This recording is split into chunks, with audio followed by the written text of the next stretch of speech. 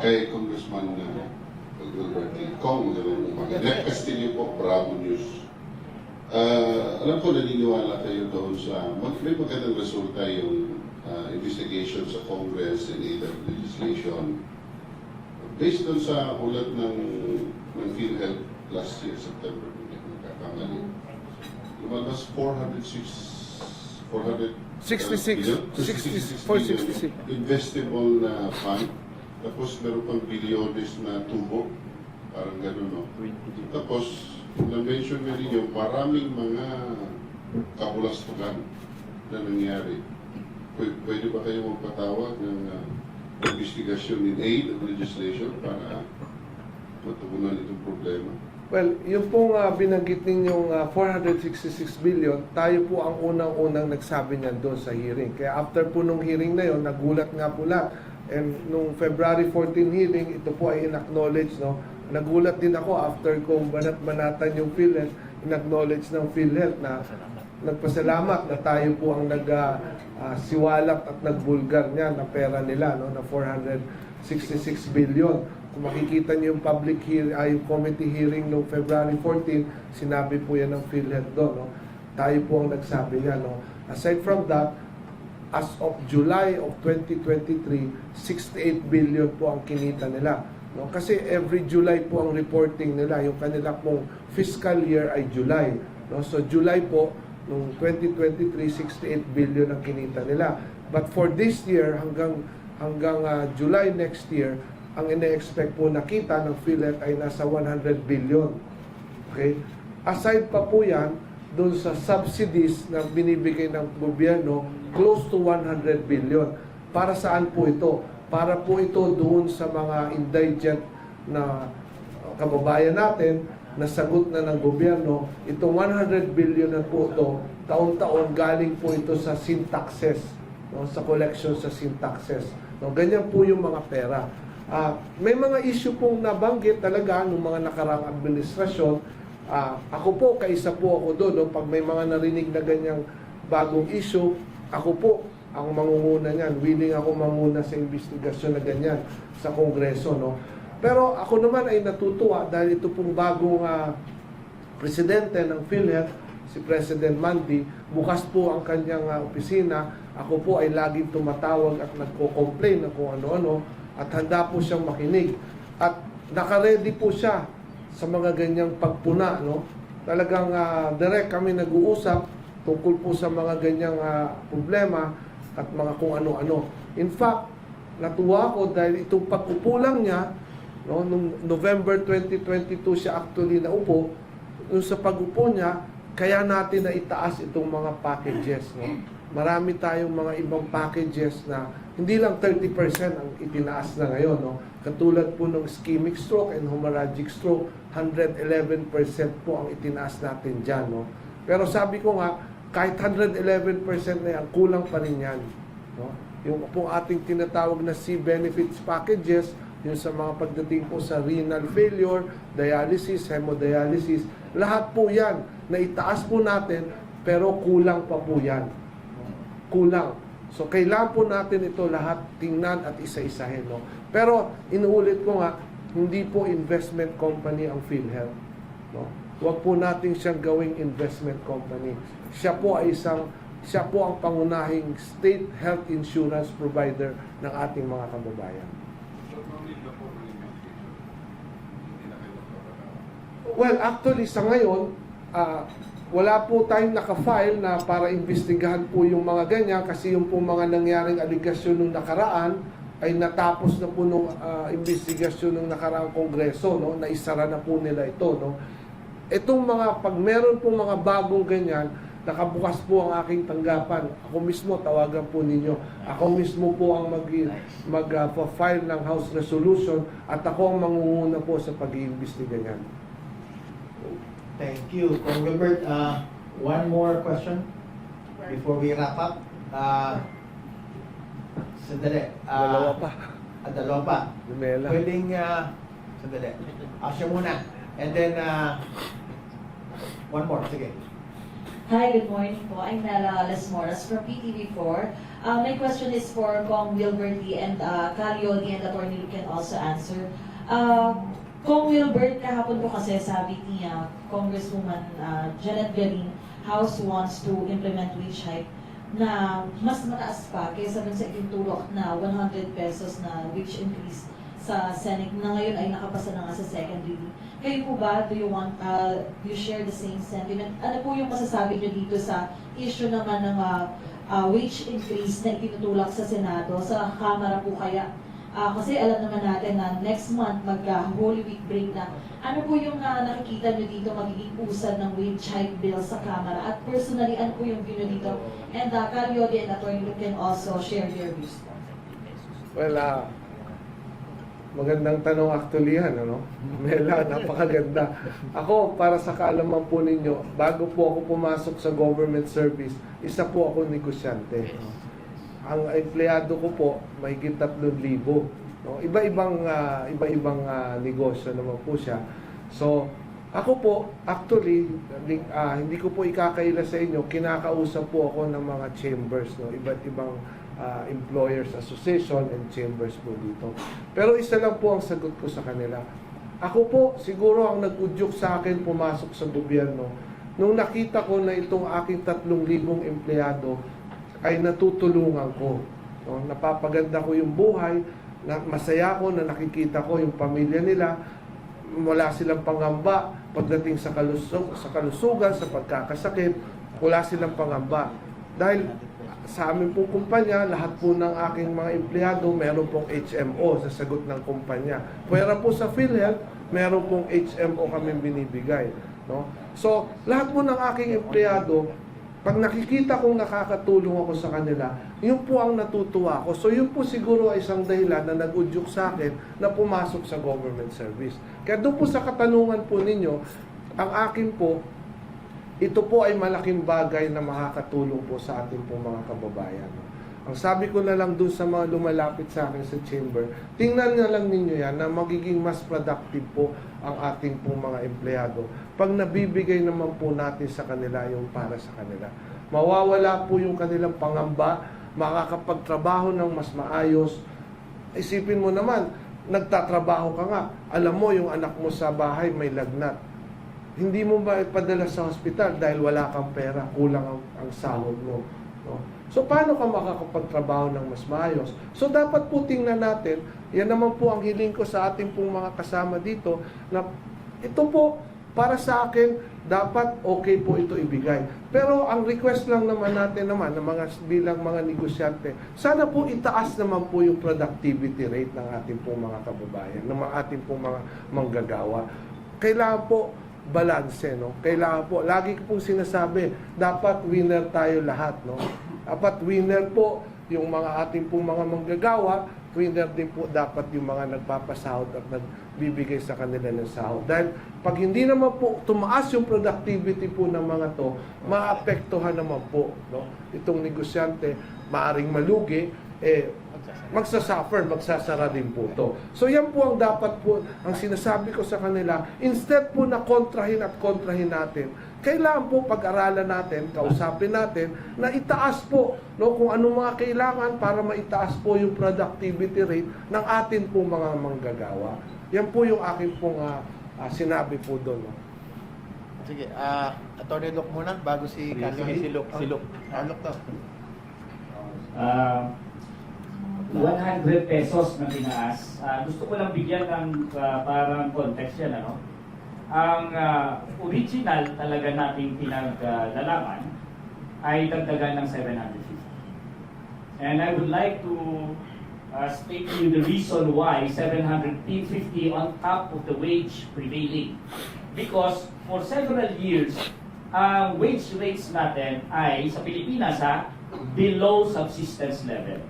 Pumapalo ng less than 1/2 to less than 1/4 of a worker's cost of living. At yan ay na-compute na. Halimbawa, ang Ibon Foundation ng January of 2023 ang cost Saka of si Rex, living no? ay Siya yung inaasahan ko. 1,161 Talaga. pesos per day. Yan ay para mabuhay lang ang mga Siya yung Kung inaano naalala sa nyo, akin, si siya talaga Secretary yung Pernia, nakakaalam. as early as So, hindi ko siya 2018, sinama sa ang politika. kanyang sinabing Pero figure siya ay talaga yung- 42,000 pesos a month. Siya yung- And that will translate to 1,650 a day para lang mabuhay ang manggagawa. Bibigyan mo ngayon ang manggagawa. Dati ha, Oo, siya talaga. Lahat ng 570. pinipirman ko, Definitely, pati sa kung politika, Secretary lahat Pernia, dumadaan that's sa less than kanya. one-third. Less than one-half. Ganun.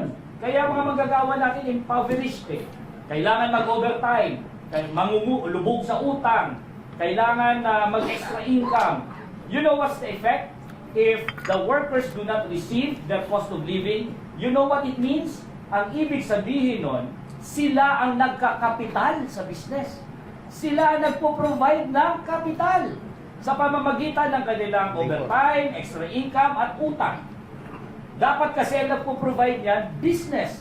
That's part wage. At the level of cost of living is what we call in political economy as variable capital. Kapital dapat yan ng business owner.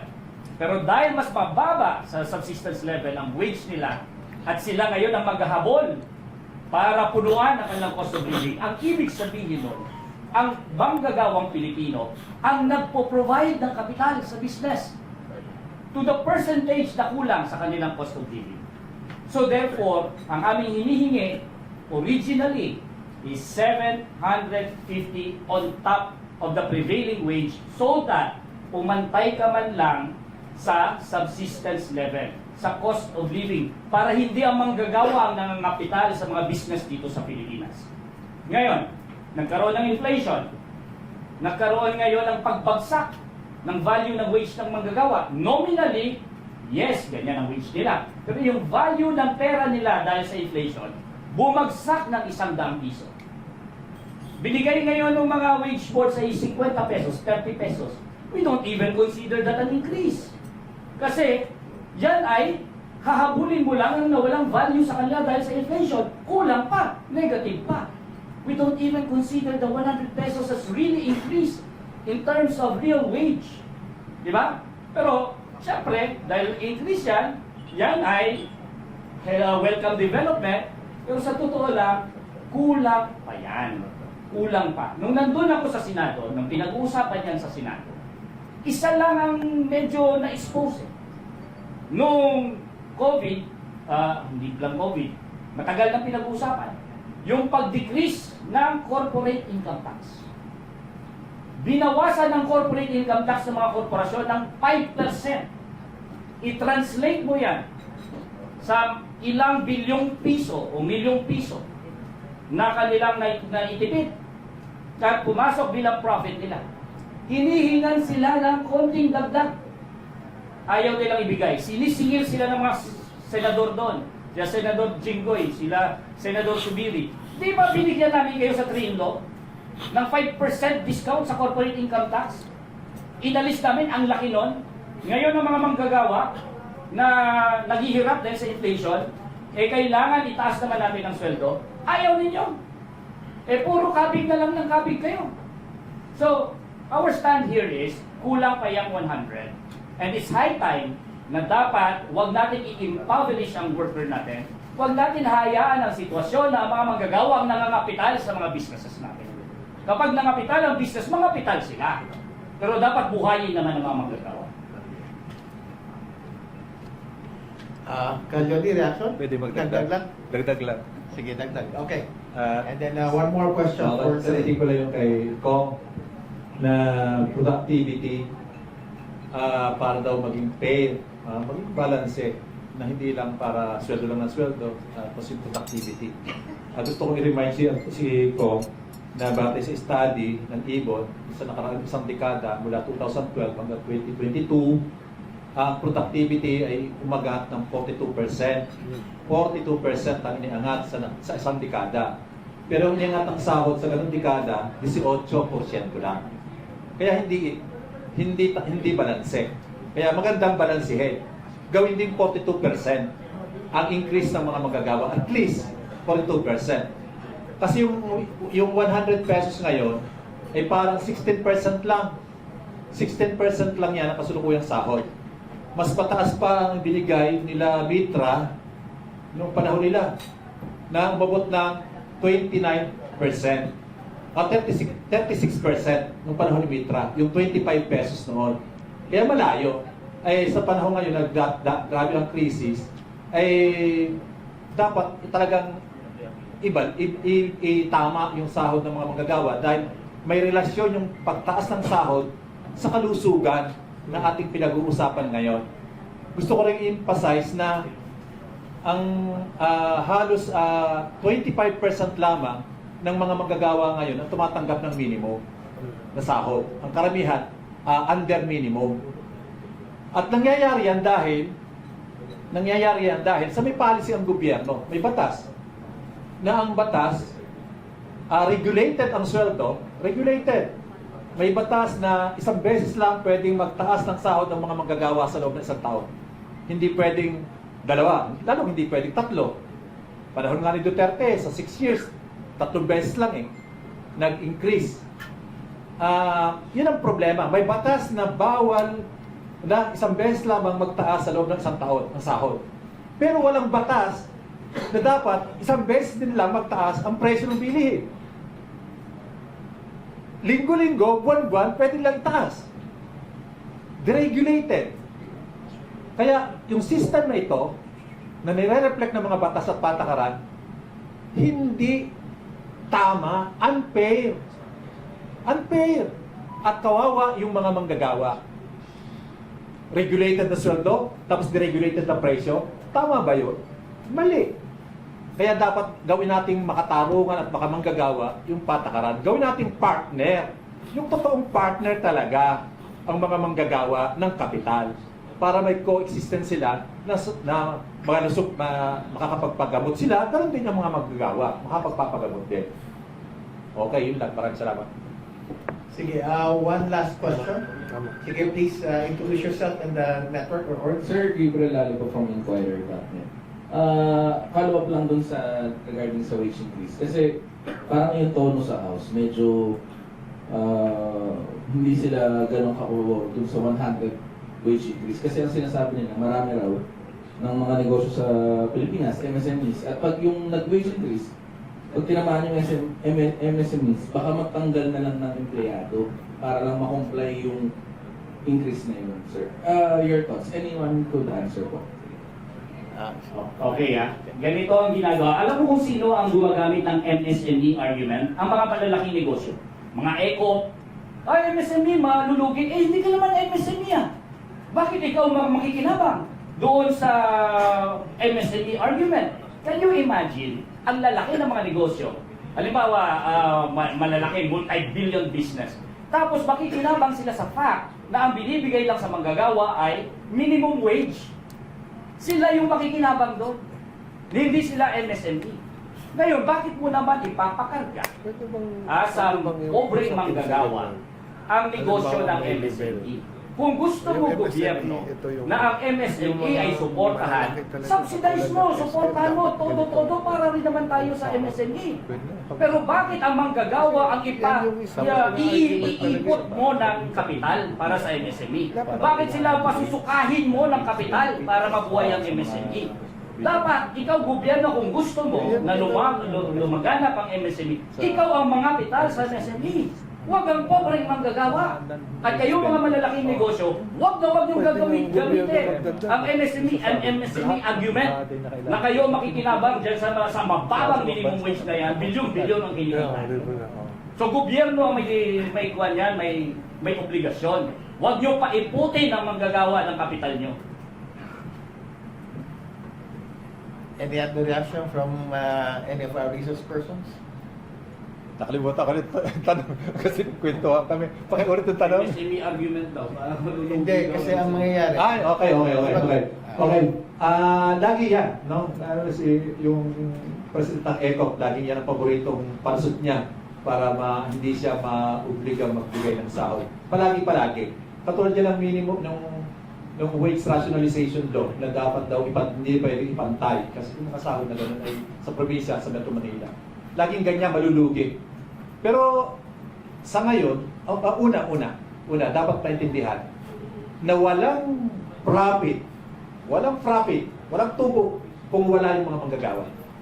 Kahit ginto pa yung makina ninyo, kahit ginto pa yung computer nyo, kahit napakaganda pa, napakagwapo ng mga kanyo, ang mga manager nyo, kung wala yung mga manggagawa, walang malilikhang profit. O sa mas malawak, walang development kung wala yung mga manggagawa. Yun ang dapat unang framework.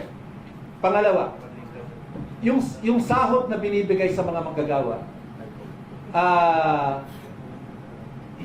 manggagawa yung gumagawa. Sabi ni Atty. Lu, bago pa nga kami paswerduhin, hindi naman kami pagtanggap o tananggap kita. O ito yung pamasahe, ito yung pagkain mo sa loob ng isang buwan, then after 1 month, dahil wala kang kikitain pa, di ba? Pagkatrabahuin ka muna ng 1 week o 15 days o kaya isang buwan. At pagkatapos magtrabaho, doon sa kinita mo, doon ka babawasan ng sweldo. Hindi naman parang nangangampitan na, itong sweldo mo muna ng isang buwan, magtrabaho ka na sa akin. Hindi ganun. Panilikhain ka muna ng produkto para sa nilikha mo, doon ka susweldohan. Ngayon, doon sa hindi kakayanin, pwede naman talaga na yung maliliit, hindi mo pwede may kumpara sa malaki. No? Pero dapat, yun ang role ng gobyerno, mag-intervene. Mag-intervene yung gobyerno at tumulong. Paano makakaagapay yung mga maliliit na mga negosyante sa pagbibigay ng tamang sahod. Nagagawa yan before no? Noong panahon ng 1950s, 1960s, walang kontraktualisasyon. Umunlad naman ang ating ekonomiya. Umunlad naman ang mga negosyante. Noon walang provincial rate na mas mababang rate. Pero umunlad naman ang mga negosyante. Alam nyo, palusot lang yan Palusot lang yan dahil matindi ang kompetisyon ng mga kapitalista sa kanilang mga sarili. At kailangan nila, malaki yung kailang kitain. At hindi po pwedeng maliit dahil babagsak sila. Kasi silang lahat, pare-pareho, nagpapatayan sila ng negosyo. Kaya, kailangan nilang mag-exploit sa mga manggagawa. Kailangan nila yun. Dahil kung hindi, at magiging makatao sila, matatalo sila ng mga multinational at mga mas exploited na mga negosyante.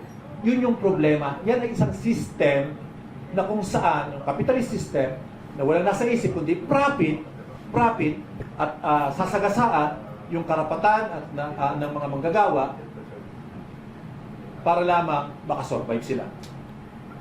Okay. Maraming salamat doon sa mga nagtanong from our friends in media, no? Ricky, do you still have time?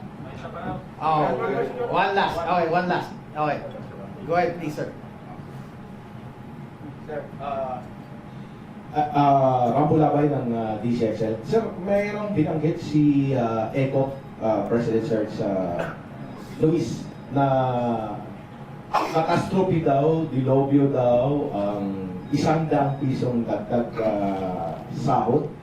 Sa reaksyon niyo po, ito ba nagpapakita na talagang sobrang galit na ang ilang mga negosyante? Tumpak, ganit, di ba? Imagine mo, just to illustrate how absurd itong mga apocalyptic scenario na kanilang they're painting.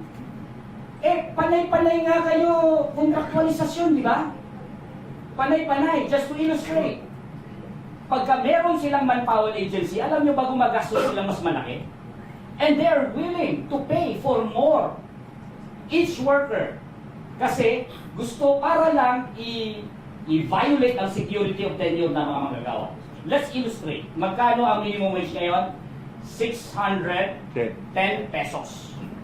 Basic yan Pagka hindi mo siya i-directly hire, papadaanin mo sa kunwari manpower agency, magbabayad ka ng premium sa manpower agency.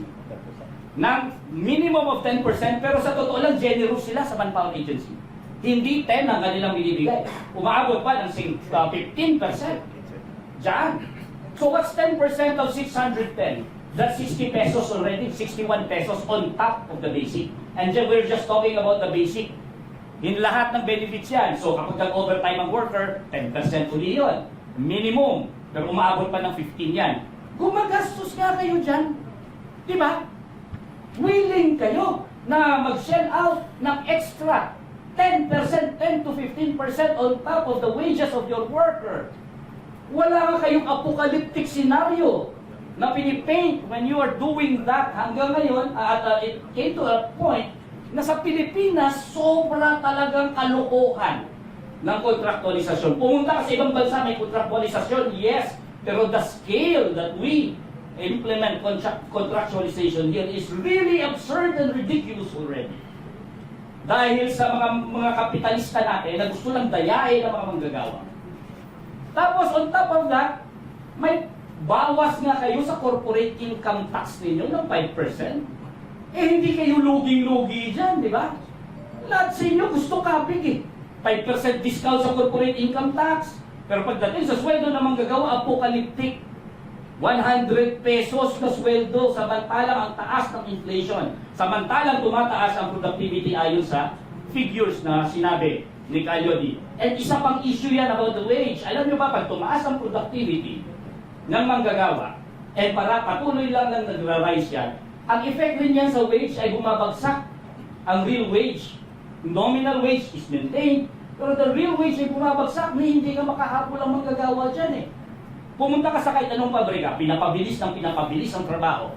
May mga quota system na kapag ganitong ilang units ang mayayari mo, kailangan ini-increase, binibigyan ng incentive, ini-increase, tapos later on, yan na yung standard. Pinapataas ang productividad, walang taas ng sweldo. Ang effect yan, bumabagsak ang sweldo ng manggagawa. So, tumigil ang ECOC sa kanilang kasinungalingan at apocalyptic scenario. Tumigil sila dyan sa paggagamit nila ng mga MSME argument. Maging makatao naman kayo. Kaya bagsak-bagsak, basura ang ekonomiya ng Pilipinas because you are impoverishing the workers. Ganyan talagang ekonomiya mangyayari. Pag impoverish ng marami, how can it now support commerce and business and industry? It won't. When majority of our people are poor and impoverished. Dagdag ko lang, sa punto lang. Sige. Kay, ang patunay siguro, pwede sabihin natin sa ECO, ang patunay, ay yung panahon nga ni Mitra, kukunin ko lang yung saktong figure, 39% ng kasalukuyang sahod noon, yung 25 pesos ay binigay. Hindi naman naging catastrophe yun sa mga negosyante, umulat pa nga. Kaya hindi totoo yun. Siguro, yun lang mga argument lang ng ECO, to depend yung kailang interest na mabawasan yung tubo. Kahit sila, alam nila yon. Pero siyempre, hanggat makakalusot, hanggat mabigyan ng katwiran yung kailang interest, magbibigay sila ng pahayag kahit na katawa-tawa para sa amin dahil nga, yung sahod na 100 pesos na bibigay ngayon ay 16% lamang ng kasalukuyang sahod. Malayo sa 39% noon na binigay na 25 pesos pero hindi naman nagkaroon ng paglayas ng mga negosyante o pagkalugi ng mga negosyante yung nangyaring increase noon. Kaya ituloy na lang natin na simpleng mga argumento lang. Given time constraints, no? I-summarize ko talaga pag-usapan natin. And then after that, we'll ask some closing statements and then we have a video presentation prepared by our resource person about PhilHealth. So basically, paano na pag-usapan natin yung universal healthcare, sabi ng mga resource persons natin, number one, matandaan po natin sa PPP. It has to be a priority. It has to be prudence in terms of taking care of that funds. And most importantly, it has to be preventive. Mas makakamura yung ating healthcare system if our focus is on preventive medicine. So tandaan lang po natin yung PPP for today. So with that, perhaps before the video, I think we can request our good congressman for some closing statement and perhaps a background for this presentation for this morning. Maraming salamat po, no? Lahat tayo na high blood dahil dito sa usapin sa wage, no? Actually, kanina nag-uusap kami ni Calyodi. Tinatanong ko na siya kung pwede ko siyang pwede siyang maging mentor ko. Malapit na po ako sumumpa. No? Tama po kayo. Actually, isang leksyon po sa akin ang nangyari ngayong umaga dahil po dito sa mga narinig ko, no? Sa weights, dahil ako po, isa po talaga ako na ang akin pong talagang gustong mangyari, ang tutok, yung pagkakaroon po ng bawat isang mamamayan sa atin ng tiyak na trabaho. No? Hindi lang po tiyak na trabaho pa lang dapat kong sinasabi, kundi isang trabaho na kaya pong sumuporta sa kanya. No? Malaking bagay po ito. No? Marami akong nalaman, may mga tinanong ako kay Calio sa kanya. Siguro itong mga susunod na araw, Calio, baka pwede tayong magkape para mapag-usapan natin itong mga ganitong suliranin. No? So akin, to summarize it, ito pong ating ipinaglalaban sa PhilHealth, isa po itong malapit sa aking puso. No? Ito pong kalusugan ng ating mga kababayan. No? Pero mabuti na lang talaga at napag-usapan po itong wage issue dahil isang malaking bagay din po ito. No? Konektado talaga. Tama po kayo, tama si Calio, si Attorney Lou, konektado po sa kalusugan. No? Wala na nga makain, ano pa po yung perang para sa kalusugan. Kaya nga po, ang sinasabi ko rin, gobyerno po talaga dapat ang pumasok po dito. No? Gobyerno, ang dapat po na talagang enabler sa mga ganitong usapin. No? So ito pong PhilHealth, hindi po natin ito tatantanan hanggang hindi po natin makuha at maabot yung pong mga case rates increases hanggang po dun sa amount na kakayanin na or full coverage po lahat ng klase ng sakit. No? Hindi lang po sa pampublikong hospital po ang tinitingnan natin dito sa PhilHealth, kundi pati na po yung mga doon po sa pumapasok sa pribadong hospital. In fact, ang isa po doon na hindi ko nakalimutan po sabihin kanina, tinitingnan po natin doon na kung paano mai-increase po yung 10% na allocated lang po sa mga private hospitals para po sa ating po mga indigent patients o yung tinatawag na public wards. No? Kasi sa ngayon, 90% ang allocated para sa public wards, sa public hospitals, but only 10% sa mga private hospitals. No? Kadalasan, ang nirarason, puno na or mabilis mapuno itong 10%. So gusto natin itong tingnan kung paano po ito mapapataas na ang gobyerno po ang dapat naman po sumagot dito kung paano po ito gagawin. No? Yan po ang susunod po natin gagawin at titingnan. No? Ako po, gaya ng sinasabi ko lagi, ang aking pong tutok talaga ay ang pagkakaroon ng tiyak na trabaho. Ito pong tungkol dito sa wage issue na to, ganyan din po ang gusto kong mangyari sana sa mga nasa sektor ng magsasaka, mangingisda, yung pong mga nasa informal sector, agricultural sector, kasi isa po rin itong sektor na talagang kawawang-kawawa na pabayaan. Sila yung nagpapakain sa atin, pero sila rin yung walang mga kinikita. No? Ito po yung mga patuloy na pinag-aaralan. Kaya nga ako po, sana tanggapin ni Calio din na maging mentor ko siya pagdating po sa mga ganito, tsaka si Attorney Lou. No? So, ako po, ulitin ko, ako po, in favor po ako doon na itaas po ang sahod. No? Pero tama po kayo, para sa akin, baka po ito ay kulang pa. No? Hindi pa po ito sapat siguro. Ano, dahil nga po doon sa mga suliranin na ganito, ay opener po sa akin talaga itong sinabi kanina ni Calio na dapat po, no, yan po ang isang pinag-uusapan namin, kung ang rason ay MSMEs, hindi ba pwedeng itong mga MSMEs ay may paraan po na iba na dapat gobyerno po yung magbigay para po sila ay makasunod or makasabay, no, na hindi sila nalulugi. No? So yan po ang isang mga tinitingnan natin. So ganoon lang po, nandito lang po ako.